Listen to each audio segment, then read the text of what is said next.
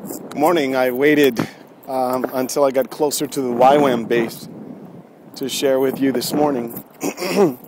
I've already had most of my half-hour walk, and now I want to share with you a little bit about what this new YWAM base in Perth looks like. It used to be just a few blocks from here, and the location is now a backpacker's location called the Rainbow, and that's just a couple blocks off. It's a very different community now. So if someone were to look for the old YWAM Perth base, they were there about 12 years, they would find backpackers and I guess people from around the world and look very much like a YWAM base, only now you're going to see people smoking and drinking and hanging out, and it's not going to be quite the same as a YWAM community. So I look forward to showing you this new base. It's quite beautiful.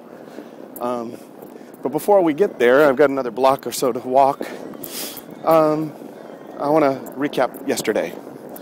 Yesterday we talked a lot about James Davidson Hunter's book, To Change the World, and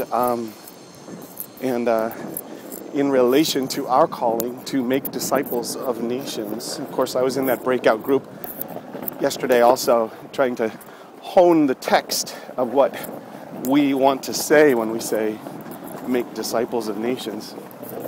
There's a great deal of work yet to be done on that. It's going to have several more versions. We're up to, I think, version 6 now. So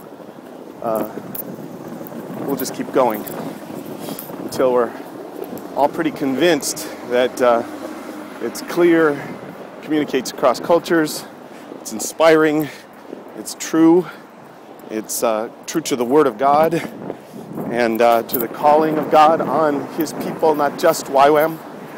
And we're pretty excited about the process. James Davidson Hunter's book's a lot about how the church, especially in America, has identified with power. The church on the right, the religious right, lobbying for political power, and sometimes really diminishing the understanding of what the fullness of the call of the church is. That loud voice of religious right, political activists, and the amount of money that's poured into it. James Davidson Hunter says, whether you're right, left, or center, and when I say center, I mean like those Anabaptists that have disengaged in many ways from political life, that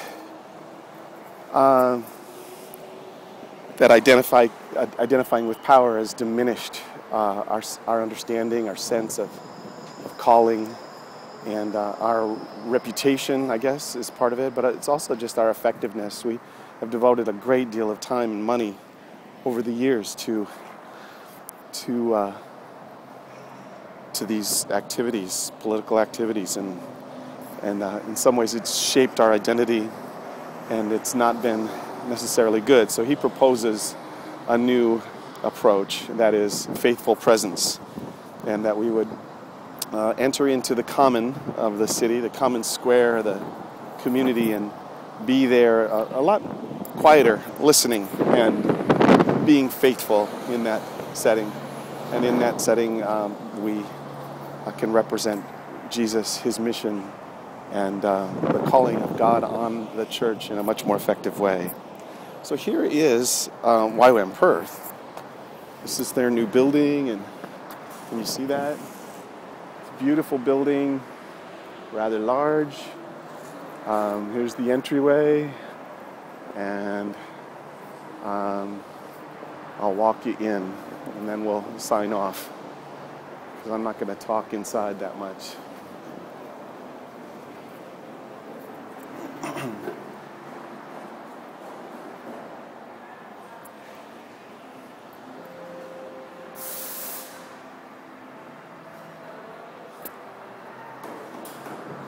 So there you have it.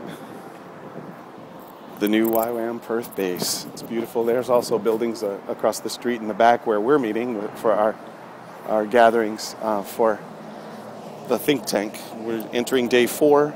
I'm going to sign off now. It's really good to have you following, and appreciate the commitment you've made just to spend a few minutes with me every morning, and appreciate your prayers, and trust that these will be really fruitful meetings. I'll give you another report tomorrow.